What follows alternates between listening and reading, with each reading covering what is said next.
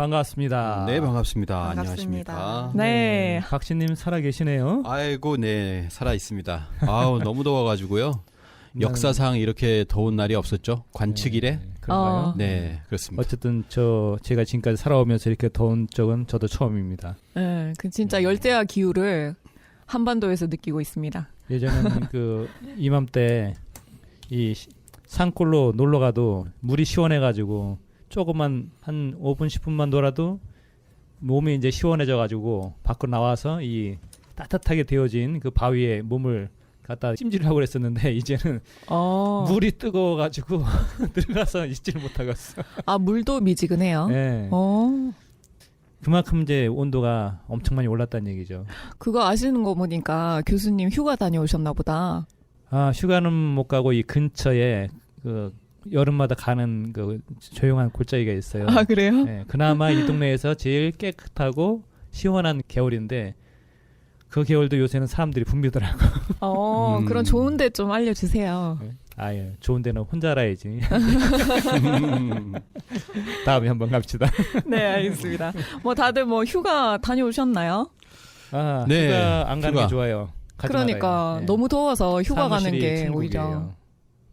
그렇습니까? 사무실 굉장히 좋은 사무실에 있으시네요. 저는 사무실도 굉장히 덥던데. 선풍기로 연명하고 있는데. 어딥니까? 전에 그 사무실 잠깐 들렸더니 되게 빵빵하게 틀어놓고 있던데. 아, 그때 아니, 많이 거기 틀어서 사무실을 리모델링 하지 않았어요? 아, 그런가요? 뭔가 이 딴짓하고 있는가 봐. 그래서 딴 데 가가지고. 다른 사무실에 계신 것 같은데. 그러게요. 안 그래도 요즘에 보니까 이제 말레이시아나 필리핀을 제가 갔다 왔잖아요. 다시 글로 가시게. 거기가 더 따뜻해. 아니, 거기가 더 추워요. 아니지. 말이 이상하네. 추운 건 아니고, 조금, 여기가 더 더워. 예, 예. 확실히 덥긴 더운가 보다. 네, 더우신가 봐요, 많이. 네, 지금 어휘가 잘. 이 온도 구분을 못 하고 있어요. 네. 춥진 않죠. 네. 저희 근황 토크 합니까? 그럼 우리 참 이 존재감을 드러내야 되는 우리 보노님. 네. 네, 보노님은 어떻게 요즘에 살만해요? 저도 매일 에어컨을 틀고 자고 있습니다. 맞아요. 요즘은 에어컨 없으면은 에어컨 더워서 없는데요. 맞아요. 깨더라고요. 새벽에 깨더라고요. 집에 에어컨이 없으세요? 네, 없습니다. 후원 바랍니다. 후원 들어오더라도 개인적으로 에어컨은 안 됩니다. 네네. 조금만 참으면 되니까요. 네. 좋은 방법이 에어컨 하나 필요 있어요. 없습니다. 예. 그 아이스팩 네. 조금 큰 게 있어요. 거의 베개 수준의 그 아이스팩이 있거든요. 그 정도 크기. 그거를 수건으로 한번 뚫뚫 말아서 딱 베고 자면은 숙면이 돼요. 아, 그래요? 네. 예. 저 딱딱한 그 베개 싫어하는 사람들은 좀 불편할 수 있겠는데 요새 제가 그러고 살고 있어요. 그래서 이 잠 자는 시간이 많이 늘었어요. 한번 해봐요. 네. 진짜 폭염 속에 조금 게을러지는 것 같다. 이런 생각도 들고, 예. 그래서 더 게을러지면 안 되는데.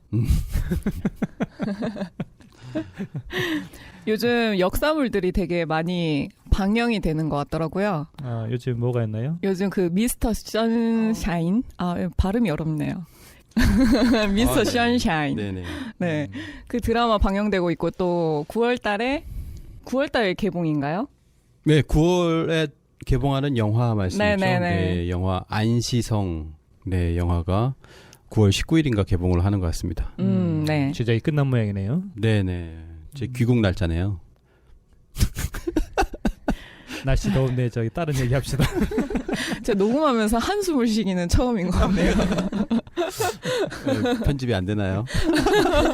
오디오가 물려서 편집이 안 됩니다. 네. 알겠습니다. 근데 그 안시성 영화는 거기에 대해서 들어온 내용이 있습니까? 혹시 박진님이 그런 데는 또 파악을 잘하고 있죠. 네, 영화는 일단 그 예고편만 보고서도 이제 어떤 왜곡도 있다. 이렇게도 이제 얘기하시는 분도 있고, 일단은 내용을 봐야 될 것 같아요. 그 스토리가 얼마나 진행이 역사에 또 부합하는지, 그게 가장 중요하고, 그 외에 또 갑옷이라든지 이런 거 입은 거 고증 같은 경우 좀 디테일하게 또 학자분들이 또 해주시겠죠. 그런 걸 종합해가지고 이 안시성이라는 영화도 좀 평가되어야 된다. 이렇게 생각을 합니다. 설마 태왕 사신기처럼 그런 환타지물 비슷하게 나오는 건 아니겠죠?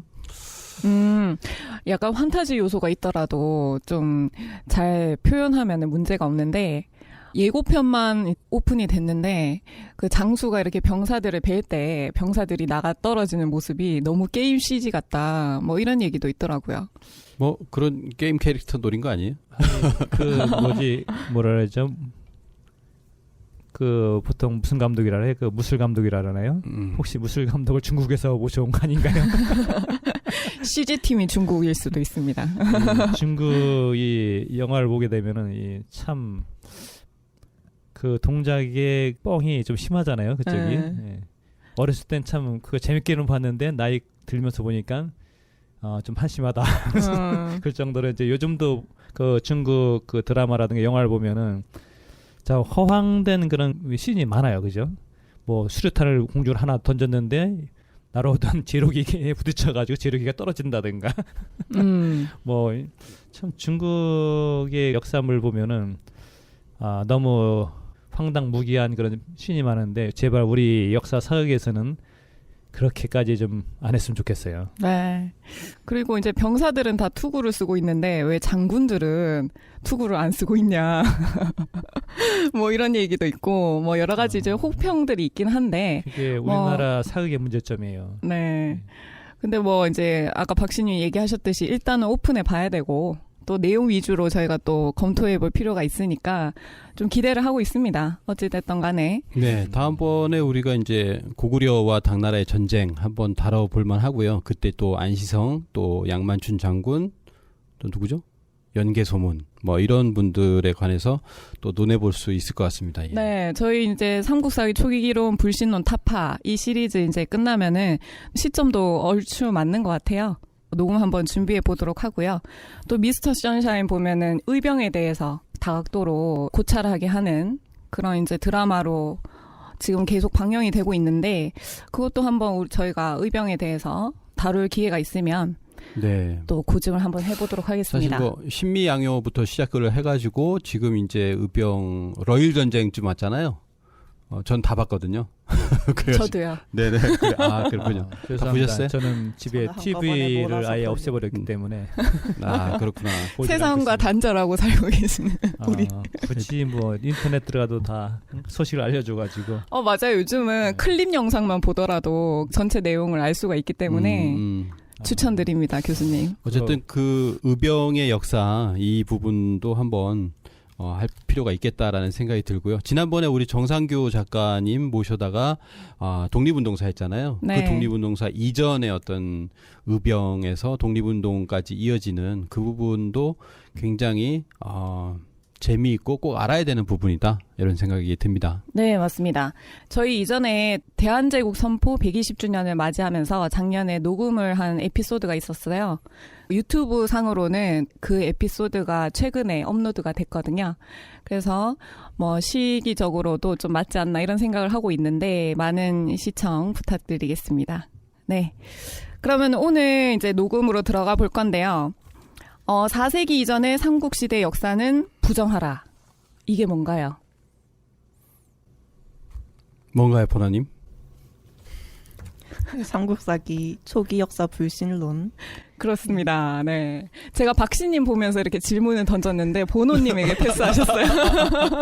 깜짝 놀라시면서. 아이고, 네. 네네. 저 몰랐습니다. 이제 좀 네. 알아가는 것 같습니다. 네. 저희가 이제 삼국시대 초기 기록 불신론을 타파하는 시리즈로 고구려 같은 경우에는 6세 태조왕 이전의 역사를 밝혀드렸죠. 어떻게 보면 복원을 시킨다 이런 마음가짐으로 임했던 녹음이었고요. 그리고 이제 고구려를 이어서 또 백제입니다. 백제 같은 경우에는 8세 고이왕 이전의 역사는 부정을 하는 불신론을 타파하기 위해서 저희가 이제 백제 고이왕 이전의 역사를 오늘 다룰 텐데요. 그렇다면은 백제의 시조 그리고 건국과정부터 얘기를 할 수밖에 없겠죠. 네, 사실 뭐 서두에서도 잠깐 언급을 좀 했으면 좋겠다라는 생각이 드는데요. 이 삼국사기 초기 기록 불신론에 의해서 좀 전에 말씀하셨지만 8대 고이왕 이전은 믿을 수가 없다라고 하는 것이 이병도 학설이잖아요. 그 이병도가 주장을 했고 그래서 그 지금 우리가 배우고 있는 국사 교과서에서 고이왕 때 뭔가 이렇게 국가 체계를 확립했다 이런 식으로 이렇게 교과서에서 이렇게 배우고 있고 고이왕 이전에 있는 왕에 대해서는 뭐 전혀 배우지 않는 그런 상황에 이르르고 있습니다. 네. 사실은 뭐 스다 소우키치 일제시대 때 일본 사학자인 스다 소우키치가 창안을 한 거죠. 삼국시대의 초기 기록 불신. 그러니까 삼국사기에 나오는 삼국시대의 초기 기록은 김부식이 창안을 한 것이다. 이렇게 주장을 합니다. 그거를 이병도가 그대로 토스를 받은 거예요. 그렇게 해서 이제 이병도 같은 경우에도 고구려 같은 경우에는 6세 태조왕 이전을 이제 부정을 하고 백제 같은 경우에는 8대의 고이왕 이전을 부정하고 또 신라는 진짜 가관이죠.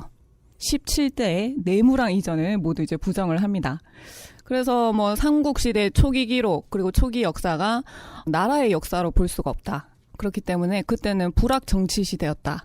이렇게 이제 설명을 하는 것인데 뭐 간략하게 말씀드리고 시작할까요?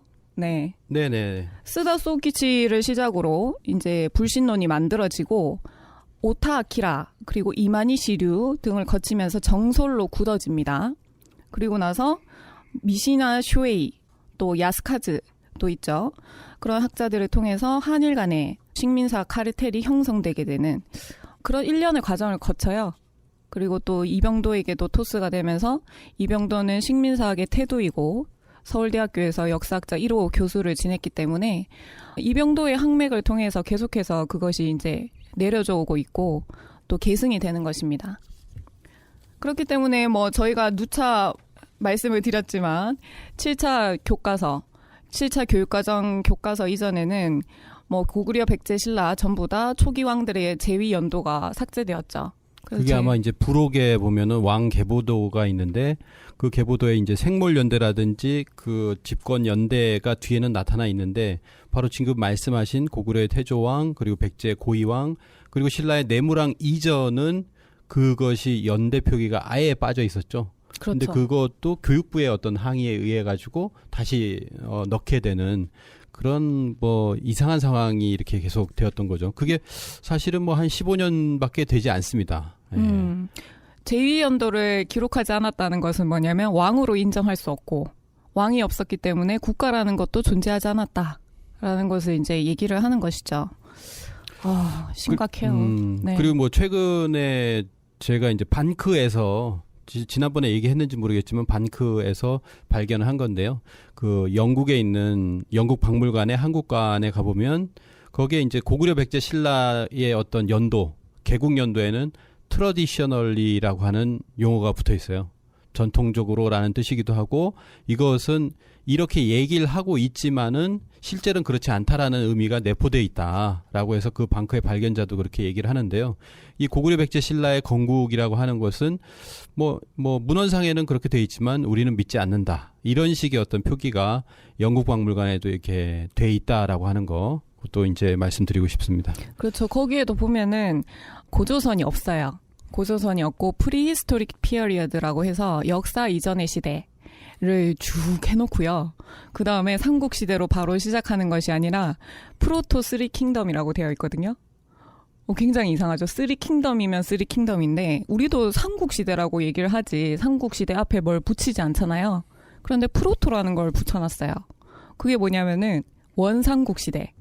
그러니까 여기 지금 제위 연도를 쓰지 않은 초기 기록들, 초기 역사, 그것을 이제 일종의 원삼국시대라고 해서 이제 비정을 해놓은 겁니다.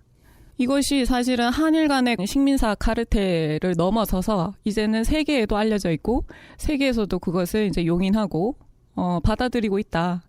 이렇게 보시면 될 것 같네요. 그래서 원삼국이라고 하면서 AD 300년부터의 어떤 역사를 또 서술한 또 설명문이 영국 박물관 한국관에는 있습니다. 그건 뭐 당연히 우리 국사 교과서와 우리 고고학계에서 얘기하는 걸 그대로 반영한 것이 영국 박물관에 이렇게 써 있는 거기 때문에 지금 그걸 바꾸지 않고 있다라고 하는 것은 우리 학계도 똑같다라고 하는 것이죠. 네. 사실 그 원삼국 시대에 대해서 저도 이제 대학교를 다니면서 처음 들었어요. 그전에는 거기에 대해서 전혀 모르다가 이제 원삼국 시대를 우리나라 한국 고대사 시간에 아예 대놓고 얘기를 하더라고요. 그러면서 하는 게 이제 우리나라 고구려 백제 신라는 초기는 이제 국가로서의 형태가 아니라 뭐 연맹 국가적인 형태, 아직 나라로 발전하지 못한 형태이기 때문에 원삼국 시대라고 한다. 그런 식으로 이제 얘기를 하기도 하더라고요. 대학교 가서 이제 심화 과정을 가르친다는 게 퇴화된 심화 과정을 네, 더 배웠습니다. 후퇴한 역사를 가르치고 있네요. 네. 사실 그런 것이 이제 뭐 항의에 의해서 국립중앙박물관 같은 경우도 원삼국 시대의 토기다. 뭐 이런 식의 표현이 많이 없어졌는가 했어요. 근데 이제 1층에 거기 보면은 상설 전시회는 없어졌는데 3층에 보면 기증관이 있거든요. 거기 가보면 전부 AD 300년 이전은 원삼국 시대의 유물 이런 식으로 표기가 아직도 되어 있습니다. 그래서 그것이 없어진 것이 아니고 지금도 그렇게 꼼수로라도 이렇게 표기를 하고 있다라는 거. 지방박물관은 더 하겠죠. 예. 네. 그래서 저희가 삼국시대 초기 기록 불신론을 타파하는 시리즈로 시작하고 있습니다. 그러면 오늘은 이제 백제인데요. 자, 백제 어떻게 건국되었나요? 다들 왜 이렇게 토끼 눈을 하고 서로를 오늘은 쳐다보고 우리 본호님한테 기회를 많이 주드렸어요. 일단 먼저 토스하고 본호님이 오늘 이 준비를 많이 해왔어요. 네. 아, 오늘따라 녹화를 하고 싶네요. 네. 자, 본호님 한번 준비해온 걸 한번 소개시켜 줘 보시죠. 네, 이제 백제 건국 과정부터 먼저 살펴보면은 이제 우리가 흔히 백제는 온조가 이제 세웠다고 알고 있잖아요. 이제 그 건국 과정을 살펴보면 이제 고주몽이 동부여에서 넘어오면서 고무서 당군의 사위가 되었어요. 고무서 당군의 딸인 소선어와 결혼을 해서 아들인 비류와 온조를 낳았는데 고주몽이 원래 동부여에 있을 때 낳았던 유리, 이제 적자인 유리가 오면서 이제 유리를 태제로 삼았기 때문에 사실 소선어가 두 번째 부인이잖아요. 그래서 이 두 번째 부인인 소선어와 이제 그 아들인 비류와 온조는 이제 고구려를 떠나게 됩니다. 그래서 경인년, 이제 서기전 42년 3월에 사람들에게 폐대의 땅이 기름지고 물자가 풍부하다는 말을 듣고 이제 남쪽으로 달려가서 진과 번 사이에 있는 바다 가까운 외진 땅에 이르러게 되었습니다. 이제 거기서 한 10년 정도 이제 밭을 사서 장원을 두고 재산을 모아서 이제 수만금에 이르니 이제 그곳에 이제 여러 사람들이 모이게 됩니다. 그래서 남쪽으로는 대수에 이르고 동쪽으로는 이제 큰 바다에 닿는 500리 땅이 이제 모두 소선어의 소유가 되었습니다. 그래서 소선어는 이 주몽, 고구려의 왕에게 다시 사람을 보내어 글을 올려 섬기기를 원한다고 하자 이제 주몽이 매우 기뻐하면서 소선어를 책봉해서 어하라라는 칭호를 내렸다고 합니다. 자, 이런 거 보면은 굉장히 사실은 충격적인데요. 왜냐면은 저번 시간에도 저희가 뭐 고구려 다루면서 말씀드렸듯이 고주몽이 제위를 할 때부터 일찍이 선포를 한 거예요. 사실 그 사람은 이방인이거든요. 고주몽 같은 경우에는 북부여에서 나고 자란 것이 아니기 때문에 이방인인 데다가 또 소선호 같은 경우에는 기존 세력권이었음에도 불구하고 내가 동부여에서 예시 부인과 사이에서 낳은 적자인 유리를 태자로 봉할 것이다. 이렇게 선포를 했다는 것 자체가 굉장히 충격적이죠. 어떻게 보면. 근데 그때 이제 교수님도 말씀하셨듯이 그만큼 주몽이 자신감이 있었다.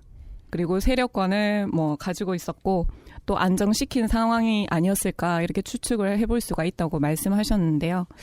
그래서 결국에는 뭐 피바람이 불 수도 있었는데 소선호 같은 경우에는 이제 지혜로운 판단을 내렸던 겁니다. 그래서 비류와 온조를 데리고 다른 곳으로 이동을 하죠. 다른 곳으로 이동을 하는데 거기가 이제 아까 우리 본호님이 짚어주신 대로 폐대의 땅이다. 폐대의 땅인데 그곳이 바로 진번 사이에 있다. 이렇게 이제 되어 있어요. 폐대가 바로 폐수와 대수 지역인데 지금으로 치면 하북성 난하 일대, 하북성 난하 일대라고 이제 생각을 하시면 되겠고요.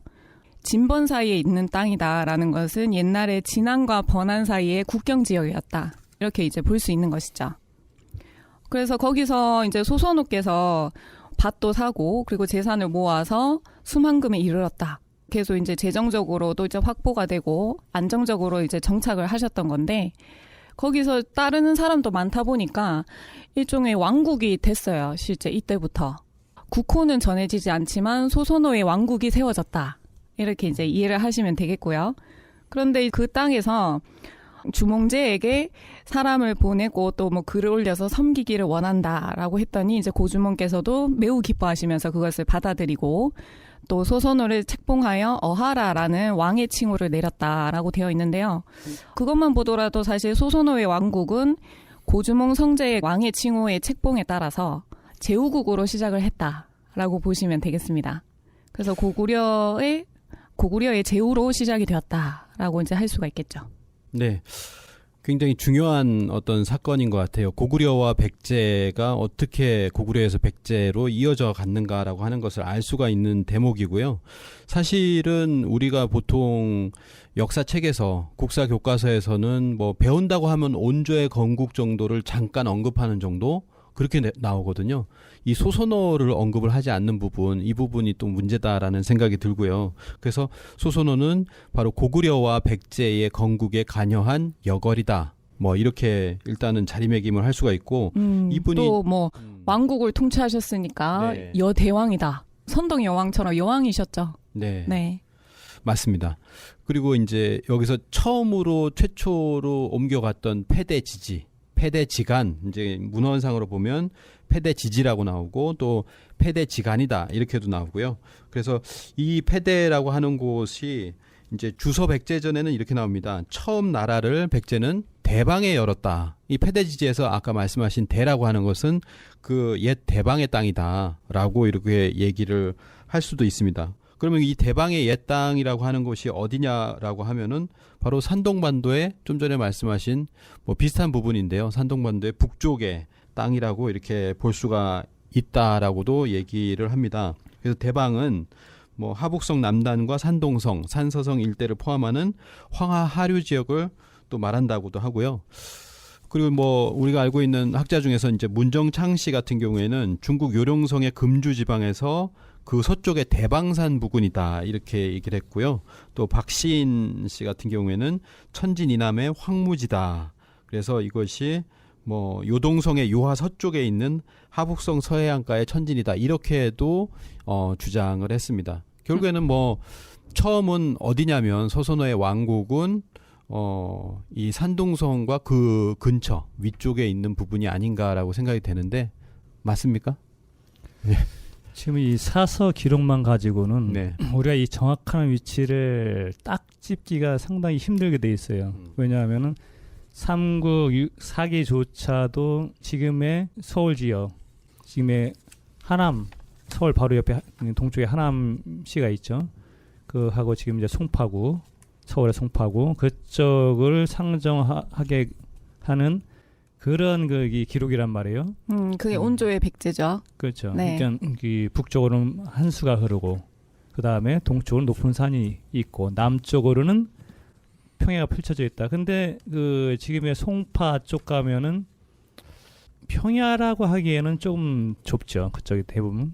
지금은 이제 많이 평야처럼 보일지 모르지만 예전에 다 구릉 지역이거든요. 그쪽이. 그렇죠. 참 잘 모르겠구나. 지금은 서울시가 확장되면서 그 지역의 그 야산들이 다 없어졌어요. 그쪽 송파 그쪽에. 드넓은 평화라고 할 정도의 넓은 땅은 사실 없었죠. 근데 방금 전에 이제 박씨님 말씀하신 거는 소선호의 왕국. 그렇죠. 그 지역을 이제 말씀을 하셨는데. 그러니까 이제 지금 그 초창기 왕국을 지금 이 인천 쪽으로 보고 있잖아요. 그거는 비류죠. 비류. 그러니까 이제 소선호가 와서 네. 왔을 때 이제 거기 비류는 인천 쪽에 남고 온조는 하남 하남 쪽으로 왔다. 예. 이제 그렇게 산정한 상태에서 하면은 뭐 그렇게 볼 수 있겠죠. 근데 문제는 이제 백제가 배를 타고 건너와서 건국을 했다 이렇게 또 이렇게 표현을 한단 말이에요. 네. 그러니까 원래 소선호하고 처음에 정착했던 곳은 지금의 한강 유역이라 하기에는 상당히 곤란하다는 거죠. 네. 배를 타고 이제 바다를 건넜다. 그 기록만 보더라도 그렇죠. 뭐 한반도는 아니었다. 네, 라는 것을 알 수가 있고 또 이 기록이 굉장히 신빙성이 있다고 느껴지는데 뭐냐면은 중국의 주서나 수서 그리고 북사 이런 이제 사서들을 보면은 백제가 처음 나라를 대방의 옛 땅에 세웠다. 대방고지에 세웠다. 이렇게 되어 있는데요. 대방고지라고 하면은 후한 때 공송강이라고 하는 사람이 이제 낙랑군을 나누어서 설치를 한 그 중에 하나인 대방군의 땅으로 미루어 짐작할 수가 있잖아요. 그렇죠. 네. 그런데 이제 대다수는 거의 모든 학자들이죠. 뭐 이 대방군을 지금 황해도로 보고 있죠. 그게 또 문제네요. 네. 그러니까 낙랑군을 평양으로 보니까 그렇게 되는 건데 사실 뭐 바다를 건너왔다 그것만으로도 정리가 싹 되는데 좀 더 이제 보충 구절이 되는 것 같아요. 그렇게 치면은. 그러니까 이제 그 중국 기록과 삼국사기 기록을 가지고 소선호가 뭐 정착한 땅이 어디냐 상당히 이게 혼란스럽게 되어 있다는 거죠. 명확하게 이 한반도로도 잡을 수도 없고 그렇다고 중국 어느 땅도 또 그 설명에 맞는 땅이 좀 애매해요. 뭐 애매하다고 하지만 실제 이제 패대라고 이제 명확하게 이제 어떤 지명과 같은 그게 나오니까 특히 이제 대라고 하는 것이 아까 말씀드린 대방 옛 대방이다라고 했는데 이 대방이라고 하는 곳이 어디냐라고 했을 때 가령 이제 수서 지리지를 보면 요소군에 대방산이 있다라고 해서 대방산이 있는 곳이 대방 아니겠어요? 그래서 그게 이제 요소군이다라고 하면 이제 그런 부분을 봤을 때 이 대방 그때 당시에 옛 대방이라고 하는 곳이 한반도에 있을 리는 없다. 그리고 이제 고구려에서부터 처음에 나왔다면 고구려의 인근으로 이렇게 갔다가 그다음에 이제 바다를 건너서 온조와 함께 온조가 이제 한반도로 들어서면서 이렇게 어떻게 보면 소선호의 죽음이 있겠죠. 그런 어떤 소선호께서 이렇게 돌아가시고 그런 와중에 이제 온조가 다시 한반도로 이제 개척하는 과정이 이제 있지 않나 이런 생각이 듭니다. 어쨌든 저도 요 부분 같은 경우는 상당히 고민을 많이 하는 부분이에요. 지금도. 왜냐면 그 시대를 확정하는 데 가장 중요한 것이 지명이고 그렇기 때문에 이 지명을 확실히 규명을 하면은 나머지는 풀기가 상당히 쉽거든요. 근데 이제 우리가 뭐 삼국사기 요즘 많이 읽고 계시죠, 요즘에?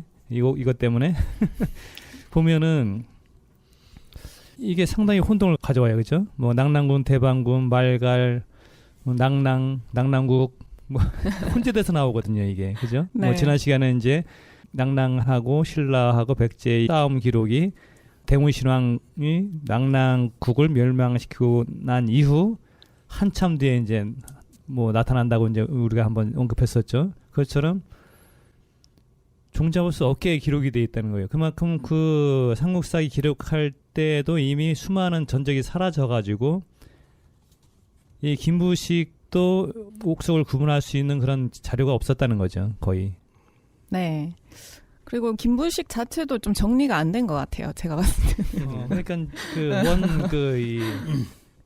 이 중국 사서 중심으로 이 삼국사기를 기록한 데다가 그나마 이제 사만고기라든가 해동고기라든가 이제 그런 걸 많이 이제 인용을 하긴 했어요. 만약 중국 사서하고 우리나라 고유 사서하고 뭐 서로 간에 혼동되는 게 있으면은 1차적으로는 우리나라의 고기의 그 연대를 많이 좀 따르는 경향이 있긴 있어요. 그나마도.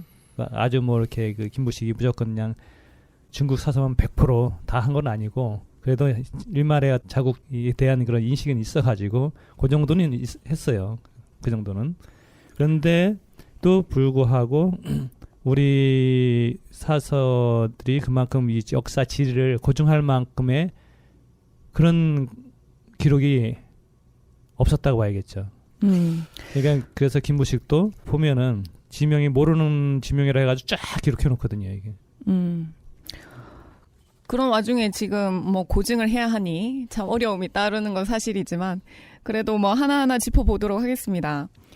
그래서 그 위치 부분에 또 하나 이렇게 좀 추정할 수 있는 것 중에 하나가 양직공도라고 하는 게 있거든요. 이건 중국 양나라 시대에 사신도입니다. 양나라에 이제 사신들이 이렇게 왔어요. 그래서 거기에 이제 왜국도 있고 백제도 이렇게 사신으로 이렇게 오게 되는데 그게 그림으로 이렇게 남아 있습니다. 그래서 백제 사신의 모습이 있고 그리고 그 옆에는 백제국이란 어떤 나라다라고 하는 간략한 역사가 써 있거든요.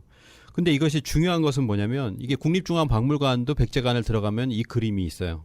근데 이 그림이 있는데 백제 당대 사서라는 겁니다. 이게 6세기거든요. 이 양나라는 게 6세기인데 이 6세기에는 백제가 존재했잖아요. 존재하던 시대의 사료이기 때문에 또 신뢰성을 조금이라도 더 확보할 수 있다라고 이게 생각을 하는데요. 거의 맨 처음에 뭐라고 나오냐면 백제는 예로부터 레이의 마한지속이다. 레이이면서 마한지속이다 이렇게 나옵니다. 그래서 백제는 예로부터 뭐 레이의 마한에 속했다 이렇게 볼 수가 있고요. 그 다음에 이제 뭐 진나라 말에 고구려가 요동과 낙랑을 약탈하고 점유했을 때 백제도 요소진평현을 점유했다. 뭐 이런 식으로 이제 쭉 이어져 나오는데요. 이제 여기서 레이라고 하는 부분은 지금도 레국이라고도 있고 이게 레이라고 있었는데요. 그게 산동반도에 보면 조금 산동반도에 그 약간 위쪽에 보면 레이라는 그 있어요. 그러니까 지금 중국 역사 지도에서 레이라고 표시하는 곳은 예. 방금 우리 이제 그 박씨님이 얘기한 대로 산동 북부 지역. 그러니까 지금 현재 황하가 빠져나가는 그 입구부터 산동성 북부 바닷가로 해가지고 그쪽으로 잡고 있어요. 어떤 분은 그 한수 이남을 했을 때 이 한수라는 것은 황하를 가리킨다 이렇게 뭐 주장하는 분도 있긴 한데 어쨌든 이 전반적으로 살펴봤을 때는 백제가 바로 지금의 이 한강 유역으로 들어온 게 아니라는 거는 이게 충분히 짐작할 수가 있어요. 그리고 처음에 이제 소선호가 정착한 곳을 여러 곳으로 잡고 있는데 지금의 대능하 유역 그리고 지금의 천진과 천진 동쪽 고지역 그 다음에 이제 박씨님이 소개한 것처럼 하북성 동부에서 산동성 북부 사이 이렇게 이제 기본적으로 세 군데를 이제 설정을 많이 하고 있죠. 제야 사학에서는. 그러면은 뭐 소선호의 왕국이 그 지역을 모두 아울렀다라고 보면 되겠네요. 그 전체를 아우르기에는 당시 이제 세력이 너무 중국이 이제 한 나라가 강성했기 때문에 그 많은 지역을 차지하기엔 조금 좀 무리가 있고 예, 부분적으로는 이제 한 나라 영역에서 좀 벗어난 곳에서 차지할 수는 있겠죠. 왜냐하면 당시에 이제 이 고구려도 완전히 만주를 다 장악하지 못한 상태였고 단군 조선이 붕괴되면서 작은 소국들을 많이 나눠졌었잖아요. 그 당시에는. 그 다음에 이제 지금의 이제 요서 지역은 중국 한 나라에 의해 가지고 영향을 받는 그런 지역이 돼버려 있고. 아마도 이제 그 요서 지역, 지금의 요서 지역 어딘가를 산정하는 것이 가장 좋겠죠. 아무래도 이제 지금 하북성 나나 일대 그 즈음이다. 나나와 아니면 이제 대릉하 네. 가장 쉽게 정착할 수 있는 곳이 이제 거기라고 봐야겠죠. 네. 그러면은 이제 소선호의 왕국 그 즈음으로 있었는데 한 제위 13년 소선호께서 이제 돌아가시고 태자 비류가 즉위를 했다라고 되어 있습니다. 비류와 온조 중에 이제 비류가 즉위를 했지만 안타깝게도 따르는 사람이 없었다고 합니다. 그 인망이 없었나 봐요. 아마 그거는 그 온조가 따로 나갔다고 하는 거는 신하들끼리 두 패로 나눠져 있었던 것 같아요. 그러다 보니까 이제 비류 왕자 밀어줘야 되는데 일부에서는 아마 이제 온조 왕자를 부추겼던 것 같아요. 그러니까 온조 왕자 입장에서는 가뜩이나 고구려에서 나와가지고 자리 잡았는데 소선호까지 죽고 그럼 형제들끼리 싸우게 되면 또 이게 참 보기 안 좋으니까 아마 따로 이렇게 독립해서 한강 유역으로 들어오지 않았나 하는 생각이 들기도 해요. 네.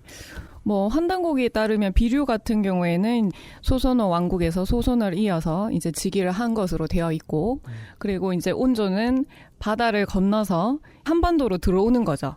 드디어 이제 온조께서 한반도로 들어오는데 어디로 들어왔냐라고 이제 봤을 때는 환단고기에 따르면은 한산에 이르러 부하하게 올라 살만한 땅을 찾았다 이렇게 되어 있습니다. 그래서 여기서는 이제 한산이라는 것은 지금의 서울 지방이라고 생각하시면 되고 부하학이라는 것은 북악산 거기서 어디가 이제 살만한 곳이냐라고 봤을 때는 하남 땅, 하남 위례성에 이제 자리를 잡았다라고 되어 있는데요. 하남 위례성은 지금의 서울 송파구 풍납 도성으로 여겨지죠. 일단 그렇긴 한데 지금 한편으로는 지금 평양 지역으로 또 이렇게 보는 분도 간혹 있더라고요. 왜냐하면 이제 평양 지역이나 서울 지역이나 어떻게 보면 입지 구조가 좀 비슷하거든요. 그렇죠? 밑으로 평양 밑으로 대동강이 흐르고 서울도 앞으로 한강이 흐르고 그리고 그 대동강 이남도 평야 지역이 좀 많고 한강 이남도 좀 평탄 지역이 많고 비슷하죠. 네, 그래서 이제 그렇게 설정하는 분도 있는데 그거는 좀 더 치밀하게 우리가 이제 연구를 해 봐야 할 문제고.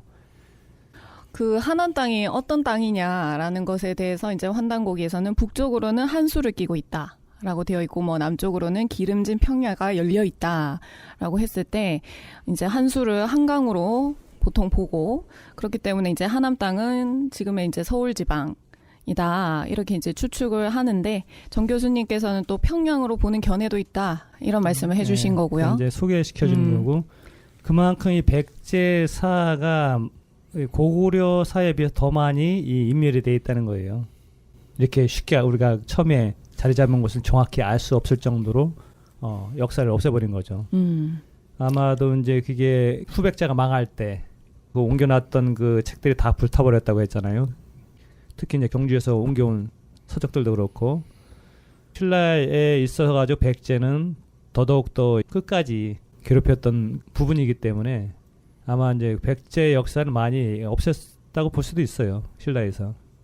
그러다 보니까 이제 우리가 이렇게 헤맬 수밖에 없는 그런 상황을 이제 만들어낸 거죠.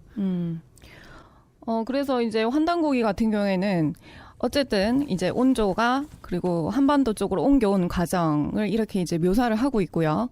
근데 삼국사기 백제본기 보면은 비류 온조가 나뉘게 되는 것처럼 묘사를 하고 있어요.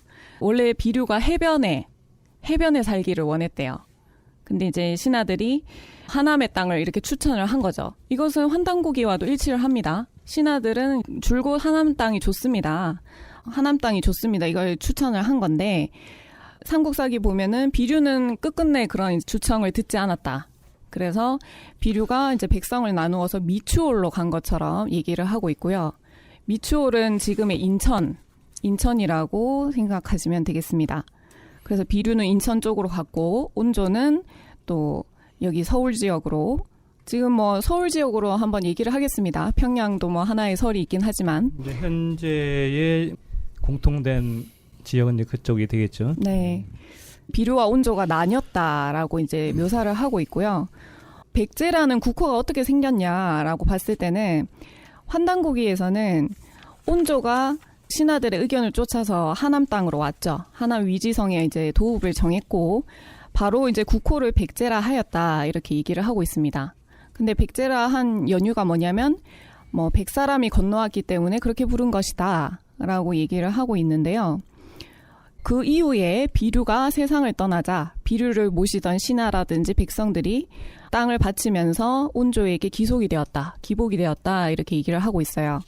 그런데 삼국사기 백제본기에서는 뭐라고 하냐면 일단은 온조가 한반도 땅으로 넘어올 때는 그를 보필하던 신하들이 10명의 신하였다. 그렇기 때문에 국호를 백제라고 하지 않고 국호를 원래는 십제라고 했다는 겁니다.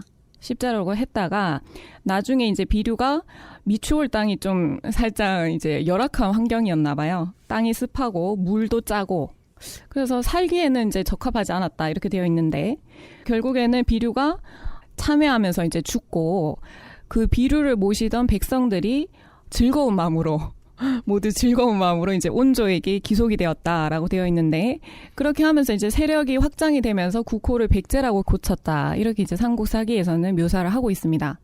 그러니까 뭐 온조가 어쨌든 한반도 쪽으로 넘어온 것 그리고 또 그 과정에서 하남 땅에 자리를 해서 백제가 건국된 것 이런 것들은 어느 정도 일치하는 기술이죠. 네. 그리고 좀 전에 말씀하셨지만 중국의 북사와 또 수서 백제전 등에 따르면은 이제 백가제해라고 하거든요. 그러니까 이게 100명이 아니라 100개의 가문 이라고도 얘기할 수 있잖아요. 100개의 가문이라고 하는 이 100이라고 하는 것은 또 뭐냐면은 수많은 가문이다라는 것을 이제 백가라고 했을 수 있기 때문에 굉장히 많은 가문들이 다 이게 따라서 바다를 넘어왔다라고 하는 쪽으로 이렇게 해석할 수가 있을 것 같다는 생각이 드네요. 어찌됐건 국호를 백제라고 처음으로 칭한 것은 온조니까 백제의 첫 시작은 온조의 백제로 이제 잡는 것이 좀 합당하겠네요. 실질적인 국가, 그러니까 백제라는 국가의 시작이기 때문에 그렇게 볼 수가 있겠죠. 네. 그리고 이제 뭐 미추홀이라고 하는 것 지명을 자체를 보면요, 추라고 하는 것을 이제 추모왕으로 볼 수 있는 견해가 있거든요. 추모왕을 따른다라고 하는. 왜 웃으십니까? 아니 그렇게도 본다니까요. 그래요? 네네네. 저도 처음 들었어요. 그렇게 생각이 돼서 처음에 이게 지명이 언제 나왔는지 모르지만 그렇게 이제 지나가진 않았. 거의 조금 있었잖아요. 미추홀에 좀 있다가 그다음에 여기가 좀 아닌 것 같다라고 해가지고 이제 내려오지 않습니까? 그래서 그런 지명을 남기지 않았나 이런 생각이 이제 드는 거죠. 예. 지금 이제 그 고대사를 공부하면서 생각해야 될 것이 뭐냐면은 일단 당시의 기후예요. 당시의 기후, 그 당시, 그 다음에 그 당시의 지형. 지금 이제 방금 이제 미추홀 얘기했지만 지금의 인천이 상당히 지금 이제 많이 육지화돼가지고 많이 넓어졌지만은 서해안이 조선시대 초기까지도 지금 우리가 보고 있는 육지보다도 더 많은 내륙으로 바닷물이 많이 들어오고 그랬었어요. 그러니까 지금 현재 우리 서해안이 뻘이 형성된 게 2000년뿐이 안 돼요. 이게. 그러니까 그렇기 때문에 그 당시에는 온조가 한강 유역으로 들어왔다 할 때는 그 당시는 인천도 이 늪지, 그러니까 뻘이 더 많았다고 봐야겠죠. 더 안쪽으로 들어와 있고. 그렇기 때문에 땅은 넓게 있어도 쓸만한 땅이 없었던 거예요. 바닷가 가면은 간조 때는 넓게 보여도 만조 때는 들어오면은 그만큼 쓸 땅이 많이 없어지니까. 그 다음에 그것이 이제 점점 이제 이 흙들이 쌓이면서 지금처럼 이제 많이 육지화된 것이고, 그 다음에 현재는 뭐 간척을 많이 했기 때문에 더 이제 넓어진 것 뿐이거든요. 그리고 이제 기후를 생각하는 건 뭐냐면은 그 기후, 그 당시 기후하고 지금 기후하고 다르죠. 그죠? 그 다음에 5,000년 전 기후 다 다르고. 그거에 따라서 또 지형이 또 달라져요. 왜냐하면 비가 많거나 아니면 가물었거나 뭐 그거에 따라 또 달라지기 때문에. 근데 지금 현재 역사를 공부하는 사람들이 자꾸 잊어버리는 게 뭐냐면은 지금 과거도 지금과 똑같았을 거라고 생각하는 경향이 많아요. 그렇게 되면은 우리가 놓치는 게 많아요. 굉장히 알겠습니다. 입체적으로 고증을 해야 되네요. 그렇죠. 네. 또 하나 알아볼 수 있는 것은요, 저희가 이제 고구려의 건국에 있어서는 그 신하들이, 중요한 신하들이 3명 있었잖아요. 누구죠? 오이, 마리, 협보. 오이말이 협보잖아요. 근데 이제 이 고구려 국본기의 백제의 어떤 건국에서 보면은 꼭 나오는 신하들이 있어요. 뭐냐면은 누구냐면 마려 오간입니다. 마려 오간 등 신하 10명 이렇게 나오거든요. 그러니까 중요 핵심 인물이기 때문에 이름이 아마 이름이든 신하 명이든 간에 이제 마려 오간이 나올 거예요. 근데 우리가 이게 마려 오간을 보면 딱 유추해 볼 수 있는 게 고구려는 오이말이거든요. 오이말인데 여기는 오간 마려예요. 오간 마려. 또 무슨 얘기를 자식일 수 있다는 얘기죠. 심장이 네. 쫄깃해지네요. 자식일 수도 있고 아니면 같은 어떤 직책 관직에서 어떻게 보면 뭘 봐서 자식이. 이런 신하들이 좀 비슷하잖아요. 이게 성인지 뭔지 모르지만 비슷하니까 성인지 뭔지 모르시면 말하지 마세요. 제가 얘기하는 뭔가- 거 도와주는 것 같아. 네, 뭔가 온조에게 이게 정통성을 아무리 도와드리려고 부여하는 해도 이가 아닌 것 같아. 신하들이 아닌가 이렇게 생각을 해봤습니다. 더운가 보네. 아, 덥네요, 더워. 예, 예. 오늘 정신 바짝 차려야겠습니다. 네네네. 이거 자르실 겁니까? 아니요. 네. 재미 좀 선사해드려야겠죠. 우리 그러니까요. 시청자들한테. 예, 정신이 확 들도록. 예.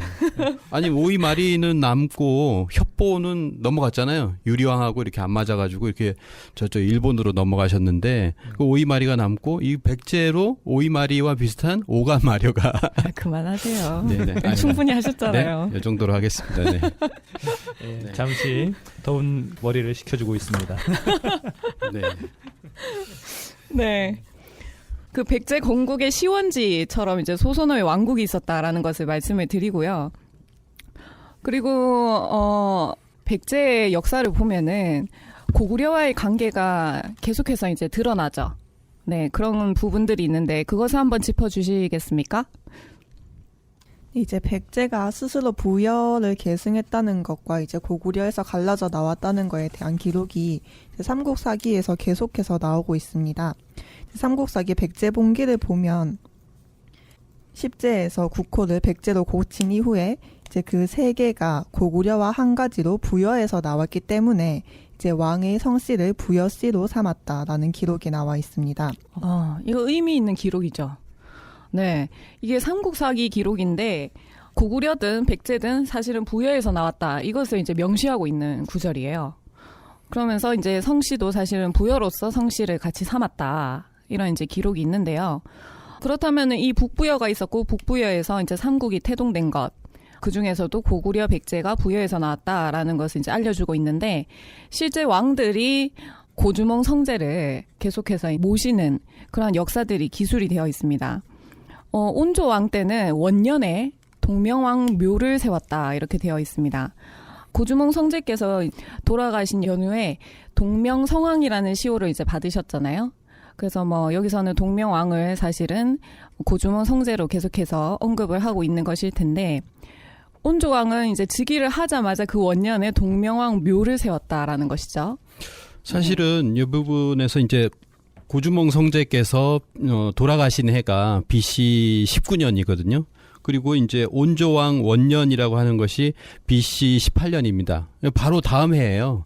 돌아가시고 나서 바로 다음 해에 동명왕 묘를 세웠기 때문에 이때는 동명왕이 그 고주몽 성제라고 이렇게 볼 수가 있고 그러면서도 뭐 우리가 동명왕이라고 하면 그 전에 이제 고두막한을 얘기하기 때문에 그렇다고 볼 수도 있는데 바로 1년 돌아가시고 나서 바로 후에 동명왕 묘를 세웠기 때문에 자신들의 아버지인 이제 고주몽 성제를 이렇게 모셨다라고 볼 수가 있는 거겠죠. 네. 그리고 또 아버지인 동시에 어떻게 보면은 아까 소선호의 왕국이 고구려의 제후국으로 시작을 했잖아요. 그렇기 때문에 그들의 어떤 시조처럼 그리고 이제 모셨던 거죠. 그렇게 해서 이제 온조왕은 원년에 동명왕 묘를 세웠고 그 다음에 이제 왕위를 계승받는 2세 다루왕 같은 경우에는 즉위를 하고 그 다음 해에 시조 동명묘에 배할하였다. 이런 이제 기록이 삼국사기에 나옵니다. 그리고 그 이후에는 또 다루왕 이후에는 또 구수왕이라든지 책계왕, 뭐 분서왕, 아신왕, 전지왕, 계로왕 등 해서 동명묘를 배할하였다라는 기록이 계속해서 나타나죠. 그것은 뭐냐면 저번에도 이제 삼국사기 일부러 이제 이병도가 주석단 책을 읽고 있다고 말씀을 드렸는데 재밌어요. 이병도도 한번 느껴보고 김부식도 느껴볼 수 있는 장점이 있는데 여기서는 이병도가 좀 의미 있는 주석을 달았다고 생각이 듭니다. 온조왕 기록에 대해서 어떤 주석을 달았냐면 백제의 역사에 있어서 동명왕 묘에 관한 기록이 자주 나온다. 그런데 그것은 무엇을 의미하냐면 백제 왕실에서 온조나 비류 이상으로 동명을 숭배했다는 표시일 것이다. 이런 이제 주석을 답니다. 백제의 건국자는 온조라고 하는 것이 명확한 사실인데 그럼에도 동명왕 묘를 역대 왕들이 계속해서 이제 배할을 했다는 것은 고주몽을 숭배를 했고 중요한 시조로서 생각을 했다는 것이죠. 그래서 이병도의 주석의 마지막 부분을 읽어드리면 그렇다고 하나 동명을 태조라고 한 것은 건국의 태조라는 뜻이라기보다는 왕실 이전에 세계의 비조로서의 뜻일 것이다. 이런 이제 주석을 답니다. 그래서 뭐 백제 건국 시조라기보다는 백제 건국의 바탕이 되는 천자국이었다. 이런 뜻일 것이다라고 이제 주석을 단 것이죠. 가끔 이병도도 가끔 옳은 소리 할 때는 있어요. 그럼요. 저희는 뭐 식민사학이라고 해서 뭐 프레임 씌워서 전부 부정하고 그런 사람들 아니지 않습니까? 그렇죠. 네. 의미 있는 연구 성과는 언제든지 이제 환영입니다. 사실은 여기에서 이제 짚고 넘어가야 될 게 전부 왕이 이제 왕이 되고 나서 2년째거든요. 다루왕 2년, 책계왕 2년, 분서왕 2년, 아신왕, 전지왕까지 전부 다 2년이에요. 그것은 내가 이제 왕이 되고 나서 제가 왕이 되었습니다라고 어떻게 보면 뭐 신고한다고 할까요?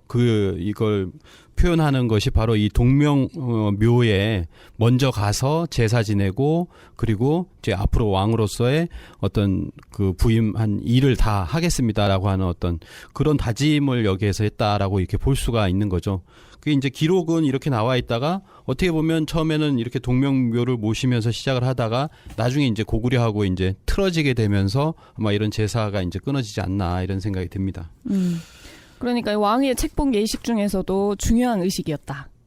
동명묘를 배하라는 것은 그런 이제 과정을 볼 수가 있습니다. 그리고 저희가 또 어하라라는 호칭에 대해서 좀 짚고 넘어가야 되는데요. 어하라 아까 전에도 말씀드렸듯이 소선호께서 왕국을 세우실 때 고주몽 성제께서 소선호에게 이제 왕의 호칭으로 어하라라는 칭호를 내리셨어요. 그런데 그것이 이제 고구려에서는 백제 왕을 칭할 때는 줄곧 어하라라는 명칭이 등장을 하고요. 어하라 말고도 또 다른 또 명칭이 있죠. 네, 사실 뭐 어하라라고 하는 명칭은 이제 환단고기에 나오고 그리고 이제 뭐 백제에 대해서 이렇게 다루고 있는 주서라든지 여기에는 어하라가 아니라 어라하 뭐 이렇게 조금씩 다른 경우들은 물론에 많이 있더라고요.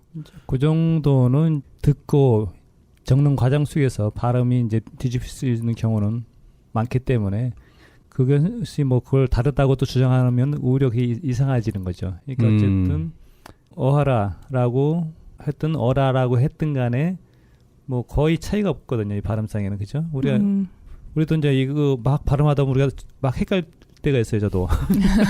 어하라, 어라하, 어라? 이상하네. 아몰랑. 네, 그렇게 되는 경우가 있거든요. 아마 이제 이거 이제 중국 사서 기록보다는 이제 우리 사서 기록을 일단 우선시하는 게 좋겠죠. 네, 알겠습니다.